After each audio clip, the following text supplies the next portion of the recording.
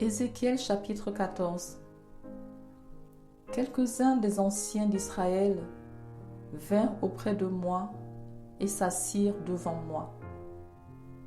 Et la parole de l'Éternel me fut adressée en ces mots. Fils de l'homme, ces gens-là portent leurs idoles dans leur cœur et ils attachent les regards sur ce qui les a fait tomber dans l'iniquité. Me laisserai-je consulter par eux? C'est pourquoi parle-leur et dis-leur.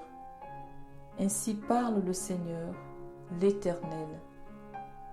Tout homme de la maison d'Israël qui porte ses idoles dans son cœur et qui attache les regards sur ce qui l'a fait tomber dans son iniquité, s'il vient s'adresser au prophète, moi, l'Éternel, je lui répondrai, malgré la multitude de ses idoles, afin de saisir dans leur propre cœur ceux de la maison d'Israël qui se sont éloignés de moi avec toutes leurs idoles.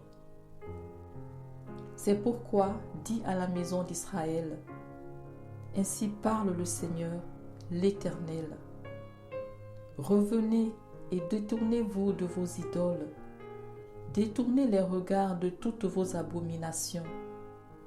Car tout homme de la maison d'Israël ou des étrangers séjournant en Israël qui s'est éloigné de moi, qui porte ses idoles dans son cœur et qui attache les regards sur ce qu'il a fait tomber dans son iniquité, s'il vient s'adresser au prophète pour me consulter par lui, moi, l'Éternel, je lui répondrai par moi.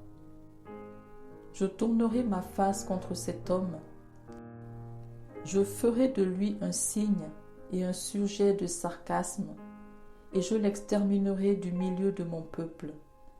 Et vous saurez que je suis l'Éternel.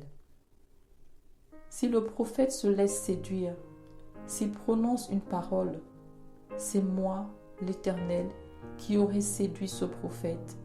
J'étendrai ma main contre lui, et je le détruirai du milieu de mon peuple d'Israël.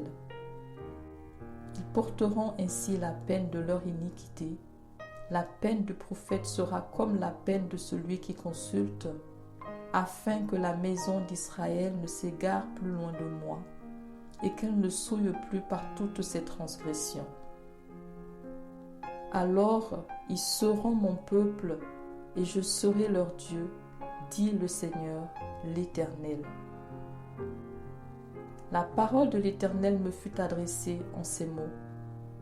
Fils de l'homme, lorsqu'un pays pécherait contre moi en se livrant à l'infidélité, et que j'étendrais ma main sur lui, si je brisais pour lui le bâton du pain, si je lui enlevais la famine, si j'en exterminais les hommes et les bêtes, et qu'il y eut au milieu de lui ces trois hommes, Noé, Daniel et Job, ils sauveraient leur âme par leur justice, dit le Seigneur, l'Éternel.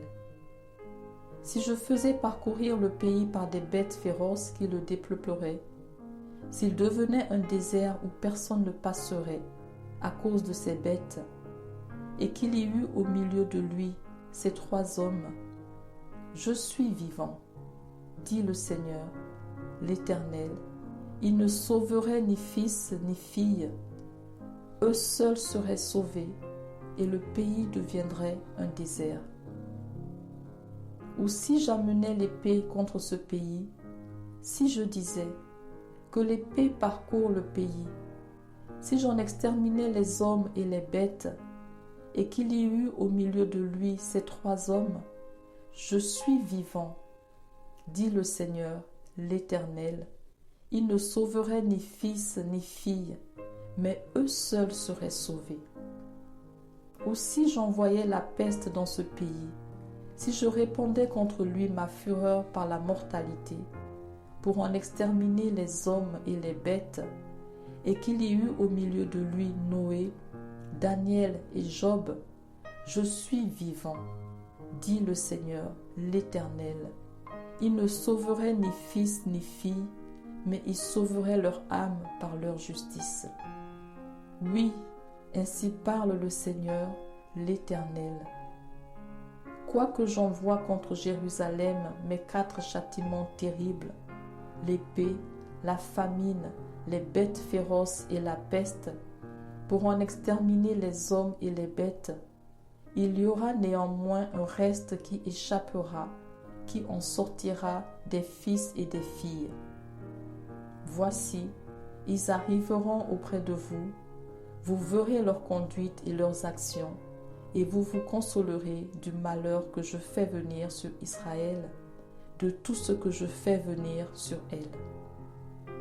Ils vous consoleront quand vous verrez leur conduite et leurs actions, et vous reconnaîtrez que ce n'est pas sans raison que je fais tout ce que je lui fais, dit le Seigneur, l'Éternel.